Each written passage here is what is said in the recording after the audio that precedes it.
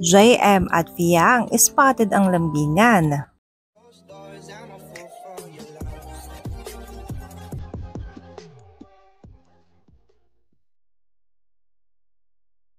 Tila araw-araw mga ka-DJ ay Mr. Romantiko na nga itong si JM. Araw-araw na nga lang mga ka-DJ clingy itong si JM kay Fiang. At hindi na nga si Fiang mga ka-DJ ang basta-basta dumadamoves dahil mas inuunahan na siya ni JM. Bukod pa dyan mga ka-DJ ay bantay sarado din siya ni JM. So artihan na nga lang talaga mga ka-DJ kung mayroong nakakalapit na boys